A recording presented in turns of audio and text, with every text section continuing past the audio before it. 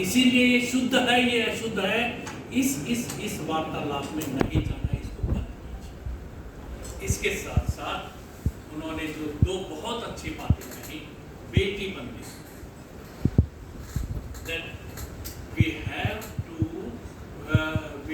to not only initiate, we have to respect the अंतरजातीय विवाह जिसको बोलते हैं, कि बेटी हमारी जो है वो क्योंकि हम सभी हिंदू हैं, इसलिए हमारी बेटी जो है वो विवाह के बाद उपरांत किसी भी उसमें जा सकती है, उसमें जाति व्यवस्था को नहीं देगा। फाइनली रोटी बंदी, कि रोटी जो है हम जब तक इंटरकाइन एंड इंटरमैरिज जो ये है जिसको बाद में कहा गया रोटी बंदी की, जब तक हम आपस में मिलजुल के जो है वो खाना नहीं खाएंगे तब तक इस व्यवस्था से जो है वो हम नहीं निकल पाएंगे। So that is what exactly Sabarmati believe. So coming to Gandhi, then अभी मैं सिर्फ ब्रीफ बता रहा हूँ, then I will tell the compare all three and all like this. Gandhi ji की बात करें तो इनके back from South Africa in 1915, और वो 24 साल की उम्र में 1893 में साउथ अफ्रीका गए थे।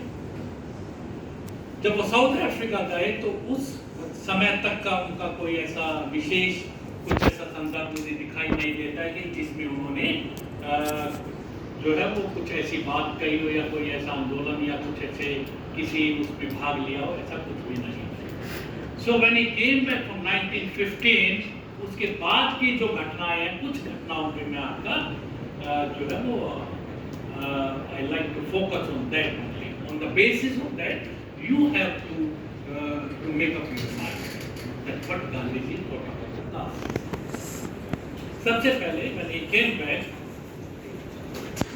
1918 में मोंटेक्यू चेम्सफोर्ड रिपोर्ट, ये रिपोर्ट जो है वो first time this report talked about the diarchy, कि भारत के अंदर जो है वो जो शासन किस तरीके से होना है, ये उसके ऊपर रिपोर्ट। गांधी जी बैरिस्टर थे, लॉयर थे, और ये जो रिपोर्ट थी ये जो है वो डिसेंट्रलाइजेशन की भी बात करती है।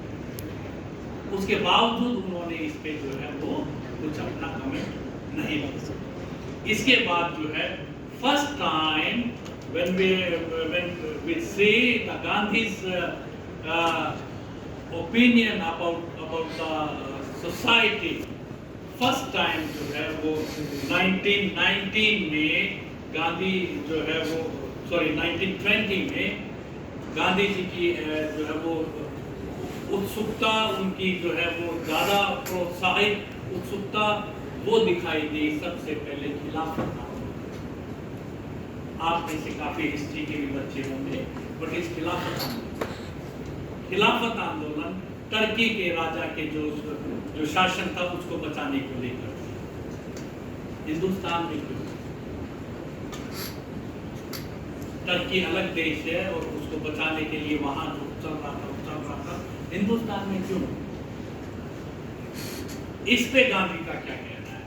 Let me say, it said, non-Hindu may help Hindus. Hindu may help non-Hindus. But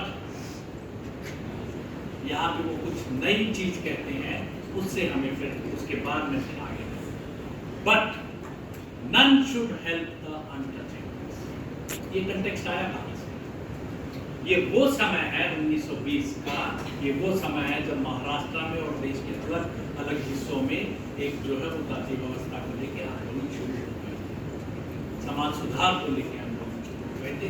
उसी कंटेक्स्ट को ध्यान में रखते हुए यहाँ पे इन्होंने कहा कि none should help the untouchables, and young India में उन्होंने पर्टिकुलरली कहा कि the certain disabilities of the untouchables were civil and certain were religious, and all are justified the prevalent untouchability in the society।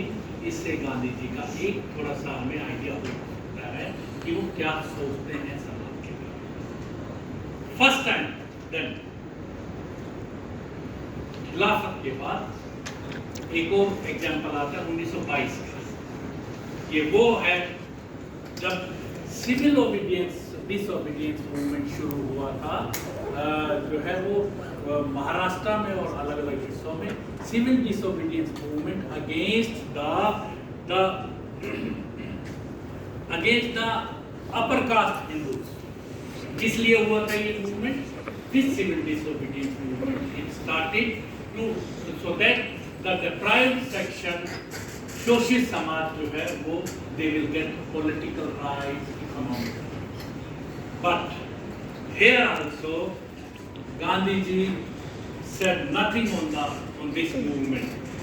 उसके साथ उन्होंने जो है इसके साथ ये लगते हुए एक बहुत बड़ा आंदोलन शुरू हुआ, आपको पता भी होगा,